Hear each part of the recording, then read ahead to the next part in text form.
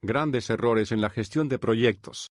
Por Lonnie Pacelli. ¿Cómo hacer un proyecto exitoso evitando los 18 errores más comunes? Introducción. Es dulce saborear las mieles del éxito cuando un proyecto sale a pedir de boca, pero son las meteduras de pata las que nunca se olvidan. En sus 20 años de experiencia en proyectos, Pacelli no solo ha cosechado numerosos éxitos, sino que también ha aprendido de sus errores y son precisamente estos últimos los que quiere compartir con el lector en su libro Grandes errores en la gestión de proyectos. Se trata de un libro dirigido a directores de proyectos con experiencia, personas que saben cómo hacer un proyecto, que conocen a fondo las bases de la dirección de proyectos pero que sacarían buen partido de los trucos que se ofrecen en la obra para mejorar su trabajo. Pacelli ha concebido el libro no como un volumen más que adorne las estanterías del despacho, sino como una obra de consulta a la que el director de proyecto pueda referirse una y otra vez. Las grandes meteduras de pata. 1.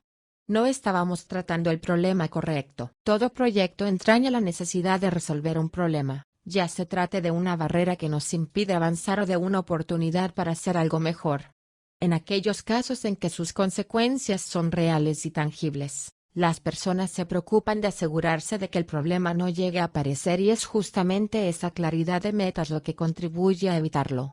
Tenemos como ejemplo de ello el síndrome del milenio, el I2K, que al entrar en el año 2000 devolvería a los ordenadores al año 1900. Se empleó tanto dinero y tanto esfuerzo que, finalmente, aquel histórico 1 de enero los contratiempos fueron mínimos. Entre las razones por las que no se trata el auténtico problema está que la misión no está articulada de forma realista, no se comprende claramente la dimensión de la crisis porque cada grupo tiene su propia visión de la misma o porque hay conflictos más graves y urgentes a los que prestar atención inmediata. Se ve venir que nos acercamos a un conflicto cuando no conseguimos convencer al responsable de que se trata de un problema grave y hay que hacer algo, cuando el equipo de trabajo no sabe exactamente cuál es la dificultad que el proyecto pretende resolver o cuando el equipo se dedica a resolver los problemas que le van saliendo al paso, perdiendo así la perspectiva del asunto. Es aconsejable articular claramente la misión, haciendo constar qué es lo que hay que hacer, cuándo hay que hacerlo y cómo se medirán los resultados. Además, es necesario revisitar y recomunicar la misión durante todo el proyecto para asegurarse de que se está haciendo lo correcto o, en caso de que el problema cambie, modificar también la misión.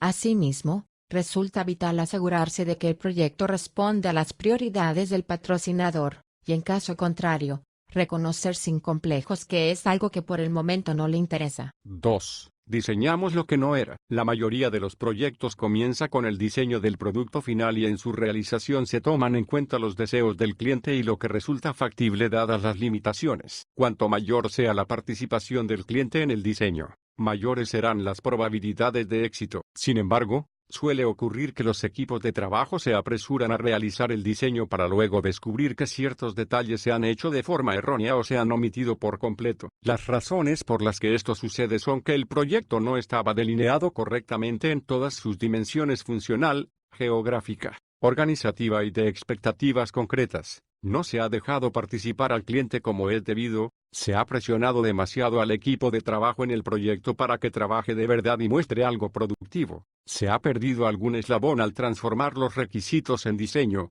Existe ya un proceso automatizado con el cual se consigue hacer las cosas más rápido y, por último, no existen posibilidades de realizar cambios sobre el diseño porque en el proceso no se ha contemplado dicha posibilidad. Ya se advierte que algo va mal cuando el cliente no tiene ni voz ni voto en el proyecto, cuando se siguen los procesos actuales sin intención alguna de mejorarlos de cara al futuro pues se incluirán todas las ineficiencias presentes, cuando los clientes no tienen claro cómo van a efectuar su trabajo con el nuevo diseño, cuando éste continúa cambiando en las etapas más avanzadas del proyecto y cuando los clientes pierden interés en el proyecto y dejan de participar. La solución pasa por invitar a la participación del cliente en su justa medida, escuchar lo que tiene que decir, ralentizar o parar el proyecto para asegurarse de que el diseño cumple con las necesidades de la empresa y mantenerse fieles a la finalidad del proyecto, evitando cualquier distracción. Para ello resulta positivo fijar el alcance del proyecto haciendo constar qué cuestiones tratará y cuáles no y obtener el visto bueno antes de comenzar. Por otra parte,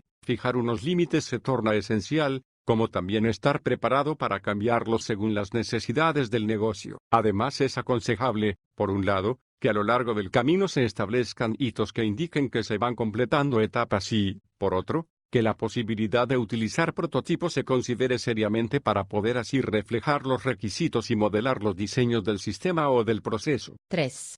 Utilizamos la tecnología equivocada. La elección de un tipo de tecnología u otra depende del entorno en que la empresa se desenvuelve. Sin embargo, existen una serie de consideraciones generales que debemos tener en cuenta a la hora de tomar decisiones en materia de tecnología. En primer lugar, hay que estar prevenido sobre aquellas nuevas tecnologías cuya eficacia no ha quedado aún demostrada y, siempre que se pueda, es preferible aprender de la experiencia de otros que ya la hayan experimentado. Otro riesgo, que suele darse por ejemplo con los paquetes de software, es que la tecnología no cubra las necesidades funcionales de la empresa, y sin embargo, asumiendo que los procesos empresariales son similares en cualquier sector, alguien decida implantarla. Asimismo, puede darse el caso de elegir la tecnología adecuada y que el personal que debe manejarla carezca de las aptitudes necesarias. Por último, podría pasar que la tecnología no puede hacer frente al creciente volumen de negocios. Hay indicios de que estamos utilizando la tecnología equivocada cuando, durante el proyecto, esta no deja de fallar, cuando los clientes se quejan constantemente de ella, cuando el equipo que trabaja en el proyecto tarda más de lo debido en solucionar problemas y cuando se escuchan promesas de que una determinada función aparecerá en la próxima versión, pues podría ser así pero también, más interesado en vender, el fabricante se esté comprometiendo primero para averiguar cómo hacerlo después. Hay que probar la tecnología hasta asegurarse por completo de que va a funcionar, tener claro que el personal cuenta con las aptitudes necesarias para trabajar y desarrollar la tecnología y que, si se aprecia de forma patente que ésta no va a funcionar, se abandone el proyecto cuando aún se esté a tiempo, ya que por muy poco deseable que resulte, es mejor reaccionar de este modo mientras aún se puede que permitir que el cliente se vea afectado. 4. No diseñamos una buena agenda para el proyecto. Al diseñar una agenda de ejecución del proyecto, en ocasiones se ignoran pasos fundamentales o no se asigna suficiente tiempo a determinadas tareas. En consecuencia, la agenda luce muy bien sobre el papel, pero se aleja peligrosamente de la realidad. Esto suele suceder bien cuando es demasiado detallada, bien cuando los detalles escasean, o cuando no refleja la relación de dependencia entre las distintas tareas, también cuando el proyecto dura demasiado tiempo, cuando algunas de las tareas no producen resultados útiles y cuando el equipo no comprende el plan. Se empezará a comprobar que algo ha fallado en la elaboración de la agenda cuando las tareas no se completan a tiempo o cuando los miembros del equipo no son conscientes de que deberían estar trabajando en una tarea concreta. La solución consiste en revisar la agenda de ejecución del proyecto, definir con claridad las tareas y asignar a cada una el tiempo necesario y reflejando la interconexión existente entre ellas. No vale la pena huir enterrando la cabeza como el avestruz. Es más eficaz revisar la agenda con los miembros del equipo y escuchar su opinión con el fin de evitar alejarnos de la realidad. Por otra parte, hay que evitar el peligro de complicar las relaciones de dependencia entre tareas, pues existen directores de proyecto que se empeñan en hacerlas siempre correlativas, sin verificar previamente si realizarlas en paralelo es o no factible. Por último, hay que insistir en la cuestión de subrayar las tareas que deben ser completadas en las próximas 1 o 2 semanas, pues se dan casos de miembros de equipo que, por falta de costumbre, no saben leer las agendas de ejecución. En estos casos, el método consiste en enviar informes de situación o emails individuales recordando qué es lo que hay que realizar y cuándo. Hay algunos trucos útiles como el no olvidar que todas las actividades de bajo nivel se asignen a alguna persona y que éstas no duren más de 40 horas. Dividir el proyecto en fases que no excedan los 3 meses de duración, conocer el orden de ejecución de las tareas de principio a fin y asegurarse de que el equipo está permanentemente al tanto de la evolución del plan de acuerdo con la agenda. 5. No contábamos con el patrocinador adecuado. Resulta crítico contar con el apoyo de un patrocinador desde el principio.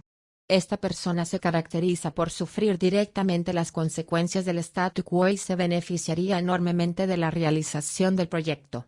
Ha participado activamente en la elaboración de la misión del proyecto. Tiene autoridad para tomar decisiones o reasignar recursos de otros proyectos con el fin de completar uno determinado. Está dispuesto a defenderlo frente a terceros y a reunirse periódicamente. Además, el patrocinador, Es muy beneficioso el contar con un comité timón formado por directores clave de la organización, encargados de tomar decisiones en torno a cuestiones que el equipo de trabajo no puede resolver, eliminar las barreras a un proyecto, respaldar los cambios que el proyecto produzca en la organización, asesorar y guiar al equipo de trabajo sobre aspectos clave del diseño e implementación del producto, apoyar al director de proyecto en la consecución de recursos y hacer recomendaciones al patrocinador sobre asuntos que superen la propia autoridad del comité. Que no se ha seleccionado al patrocinador adecuado se hace evidente cuando dicha persona no puede cumplir nuestros propósitos tanto por ostentar un cargo demasiado alto como demasiado bajo en la jerarquía organizativa. Igualmente, cuando la sobrecargan cuestiones que podría resolver el comité timón, cuando hay que reunirse con él demasiado o demasiado poco o cuando se comprueba que tiene que hacer un esfuerzo para lograr comprender el proyecto. Otros signos elocuentes son la cancelación frecuente de reuniones, ausencia de respuesta a los emails, la no devolución de llamadas, etc., sea todo ello por desinterés, por sobrecarga o porque no se cuenta con su respaldo frente a la dirección. Evitar esta trampa implica ponerse a la busca de un patrocinador interesado, bien informado y activo a la hora de brindar su apoyo, que aclare sus expectativas respecto al proyecto y escuche y comprenda con claridad qué es lo que se precisa para que el proyecto obtenga buenos resultados. En caso de llegar a retirar su apoyo al proyecto, debería haber quedado establecido de antemano la posibilidad real de que éste llegue a paralizarse por completo. 6. El equipo no congeniaba. Al igual que una orquesta, un equipo de trabajo bien estructurado es aquel en el que cada miembro comprende su papel en la ejecución del proyecto y lo desempeña de forma adecuada. La orquesta, que es el equipo de trabajo, desafina cuando la organización del proyecto no es clara y los papeles no están bien trazados, cuando se producen diatribas entre sus miembros y se culpan en público de los errores, cuando no se cuenta con un lema que actúe como un mantra y guíe toda acción, y cuando no se responsabiliza a los miembros del equipo de trabajo por la ejecución del proyecto ni el equipo celebra las victorias como debiera. Signos que advierten de ello son la confusión reinante en el equipo de trabajo respecto a las tareas que cada miembro debe realizar, las discusiones improductivas y la falta de cooperación entre los partícipes del equipo. Dar un vuelco a la situación pasa por reunir a puerta cerrada al equipo de trabajo hasta que cada elemento vuelva a su sitio, o sacarlo del lugar de trabajo para congregarlo en un ambiente más distendido que ofrezca la posibilidad de una charla amistosa sobre el proyecto. Puede que uno de los participantes se comporte de manera conflictiva y esté arruinando el trabajo, lo que obliga inexcusablemente a un encuentro cara a cara que solvente el problema lo antes posible. Es fundamental que el director de proyecto funcione como un elemento aglutinador y de fuerza, lo que no quita que el humor tenga también un sitio en la misión y un director sea capaz de reírse de sí mismo. 7. No involucramos a la gente adecuada. Seguramente en su carrera como director de proyecto alguna vez se haya cruzado con alguna persona que, al no ser incluida en el proyecto, ha provocado la ruina del mismo o, al menos, ha conseguido ralentizarlo. En todo proyecto existen dos tipos de partes interesadas. Una son los clientes a los que ayudamos y otra los proveedores que nos ayudan. Los primeros son los que juzgarán el producto en último término, los segundos son bastante variados: personal técnico, consultores, proveedores de software, etc. Al diseñar el proyecto, debemos reflexionar seriamente sobre las personas que deben tomar parte en el mismo. Sucede que no hemos involucrado a la gente adecuada cuando no existe una definición clara de quién es el cliente, cuando no se recurre a personas que podrían contribuir con su ayuda a asuntos específicos del proyecto y cuando no se ha identificado a aquellos que pueden catapultar el proyecto hacia el éxito o el fracaso, con el fin de manejar sabiamente nuestra relación con ellos. Podemos advertir que no vamos por buen camino cuando partes interesadas, ajenas al proyecto, hacen demasiadas preguntas, o cuando se presentan en la reunión partes interesadas que no habían sido invitadas o cuando tardamos más de la cuenta en resolver determinados aspectos del proyecto. Lo más aconsejable para salir del círculo es recurrir a una comunicación permanente e ininterrumpida. En lugar de adoptar la postura del llanero solitario, es recomendable recurrir a alguna persona que nos ayude a salir del atolladero, quizá el propio patrocinador. Asimismo, Debemos estar abiertos a realizar ajustes en el enfoque y alcance del proyecto si advertimos que no hemos incluido desde el principio a las partes interesadas más convenientes. 8. No comunicamos adecuadamente lo que estábamos haciendo. Un buen plan de comunicación debería parecerse a los anuncios de televisión que son capaces de condensar en 30 segundos el conocido principio de marketing de atención, interés, deseo y acción. Elaborar y ejecutar un plan de comunicaciones sólido va a resultar determinante para que el proyecto alcance buenos resultados. Para ello, lo primero es identificar al público objetivo y definir qué es lo que van a necesitar de nosotros, con qué frecuencia y cómo se lo vamos a dar. Los mejores planes de comunicación comienzan con una matriz de comunicaciones que se plasma en una sola página. La matriz refleja claramente el público objetivo, el tipo de comunicaciones que éste va a recibir, el propósito de la comunicación, quién la emite, la frecuencia con que se realizarán las comunicaciones y el medio que se utilizará, email, reunión u otros. En cuanto al contenido de la comunicación, debería trasladar el objetivo con el menor número de palabras posible ajustándose al público que va a recibirlo, utilizar el medio adecuado y expresar claramente qué se espera que haga el receptor. Es preferible el correo electrónico personalizado, incluyendo la información en el cuerpo del mensaje, nunca en archivos adjuntos. Entre las razones de una comunicación defectuosa destacan el no definir con claridad al público objetivo o no circunscribirse a él adecuadamente, diseñar un gran plan de comunicaciones que no se sigue o que la comunicación no la lleve a cabo la persona adecuada. Los indicios de que algo no marcha bien son las preguntas que el público objetivo hace sobre cuestiones que ya han sido explicadas, la repetición de una misma pregunta desde diferentes fuentes o el no obtener respuesta a las peticiones que se formulan al público objetivo, pues ello significa que no están leyendo el correo ni escuchando los mensajes que se les dirigen. 9. No prestamos atención a los riesgos del proyecto, ni a las cuestiones de administración. En todo proyecto se dan riesgos y asuntos varios. Ciertos riesgos, por lo general, ya se conocen al comenzar el proyecto y otros pueden surgir en un momento determinado o persistir hasta el final. Su peligro radica en que pueden influir en el resultado del proyecto si se convierten en realidad. Para salir bien librados, debemos a toda costa intentar prever los riesgos, definiendo aquellos que supondrían una amenaza seria para el proyecto y preparando estrategias para hacerles frente. Los asuntos, por su parte, se diferencian de los riesgos en que no se pueden prever y no persisten durante todo el proyecto, aunque al igual que estos requieran que la dirección tome medidas. El peligro que riesgos y asuntos del proyecto suponen no se ha calibrado adecuadamente cuando no se ha elaborado una lista de todos ellos. No existe un plan para hacerles frente cuando surjan y no se cuenta con una persona que pueda resolverlos. Si es que el patrocinador y el comité timón no han sido considerados como salvavidas para casos de naufragio.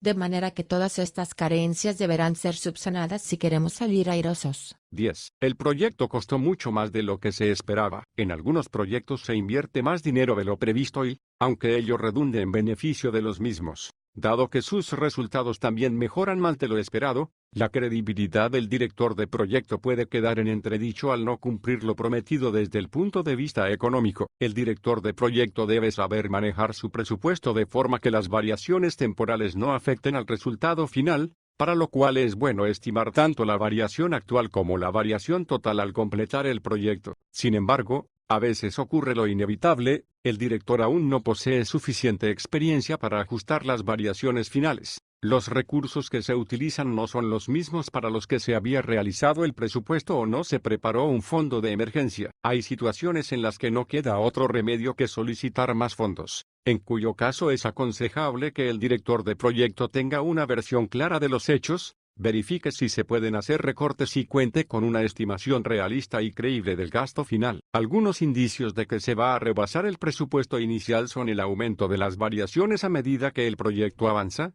el tener que realizar trabajos inesperados que no habríamos presupuestado y el no saber qué cantidad del fondo de emergencia hemos consumido ni en qué lo hemos empleado. Afrontar sin contemplaciones la situación actual de costes es lo más eficaz para superar este atolladero, comprobando en qué punto se puede ceder para completar el proyecto y, en caso de tener que solicitar más fondos, hacer los cálculos de manera que ello se repita el menor número posible de veces. 11. No comprendimos ni informamos del progreso de acuerdo con el plan. Cuanto más conciso sea un informe de situación, más eficaz resultará para comunicar con claridad a todas las partes interesadas en qué punto del proyecto nos encontramos. Es necesario centrarse en 4 áreas clave de gestión: el programa, los riesgos, los imprevistos y los costes. Por otra parte, se puede considerar una perfecta utopía aquel proyecto en el que todo se desarrolla según lo planeado. No se producen problemas de costes ni imprevistos en la gestión y ninguno de los riesgos identificados llega a producirse. Tienen una gran relevancia tanto el orden en que se realizarán las tareas, como el tiempo que se tardará en completar cada una de ellas. Comprender el detalle significa conocer que actividades de bajo nivel, cuya duración es inferior a las 40 horas, se pueden asignar a una sola persona. Resulta fundamental actualizar el programa reflejando todos los avances, pero sin acosar al personal para que informe sobre la situación de sus tareas. Por otra parte, es esencial ser realistas al evaluar lo que en inglés se suele denominar con las siglas estimate to complete, que hace referencia al trabajo que se necesita para completar una tarea. Tras integrar el de las tareas en el programa y haber determinado el adelanto o retraso respecto a lo establecido, se suele organizar una reunión de la que sale un informe de situación. Es preferible celebrar dichas reuniones con una periodicidad de 2 veces por semana y, además, siempre hay que solicitar la asistencia de un representante de cada uno de los papeles asignados. Entre las razones por las que no se comprendió ni informó del progreso realizado según el plan, está el error de no llevar un registro de aquello que se ha realizado o no mantenerlo actualizado, no celebrar las reuniones semanales ni preparar, en consecuencia, los informes de situación y, por último, no tomar medidas inmediatas cuando surge un problema.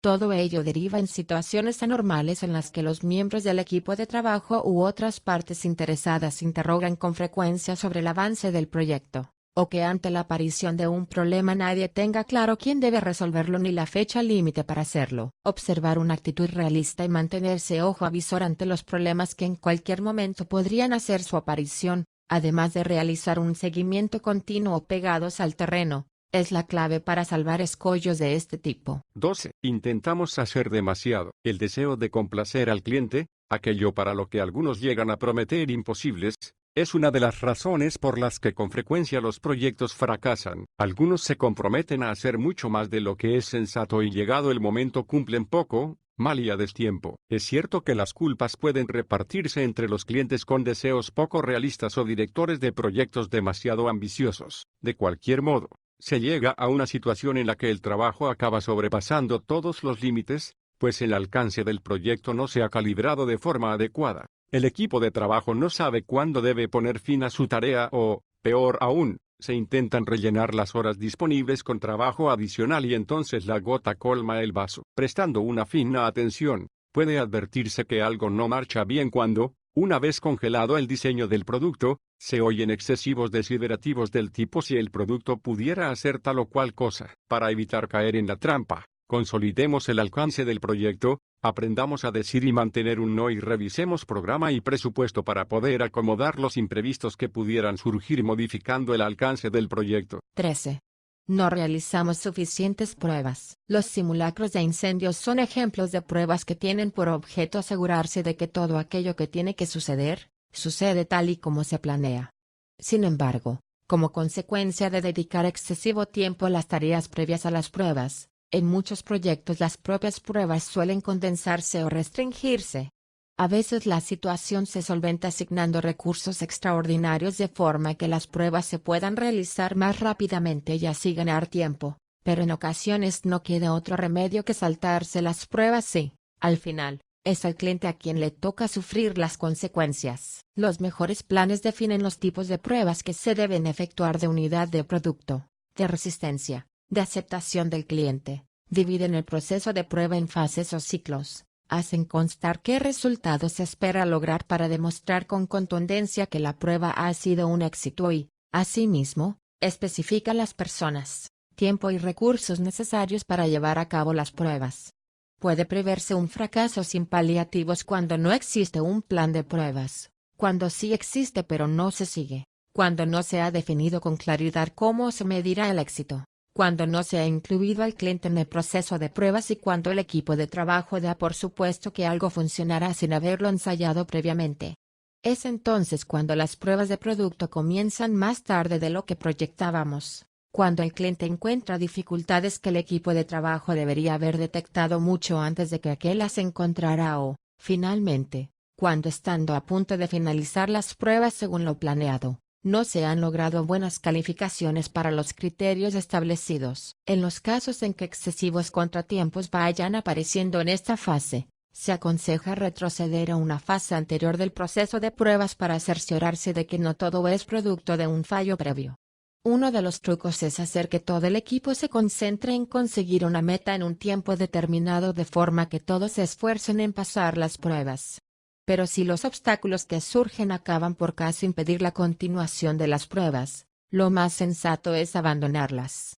Es preciso un gran coraje para dar este paso, pero aún así, es mejor renunciar a las pruebas que terminar fabricando un producto mediocre. 14. No supimos adiestrar al cliente. En determinados proyectos como en los de tecnología el adiestramiento del cliente es un componente fundamental, mientras que en otros como en la construcción de viviendas supone un elemento secundario. Desarrollar y llevar a cabo un programa de formación de clientes resulta beneficioso a la hora de reducir el apoyo que el cliente necesitará cuando comience a utilizar el producto, así como para despejar sus dudas y temores al tiempo que se fomenta una imagen positiva del producto. Las principales causas de fracaso en la formación de clientes son el no tener claro quién necesita la formación, centrarla demasiado en el producto sin tener en cuenta el contexto empresarial ni los cambios de política, desarrollar un tipo equivocado de formación o hacerla demasiado teórica relegando la práctica a un segundo plano, emplear a unos instructores que comprenden el producto pero no el negocio siendo así incapaces de ganarse al cliente y, por último,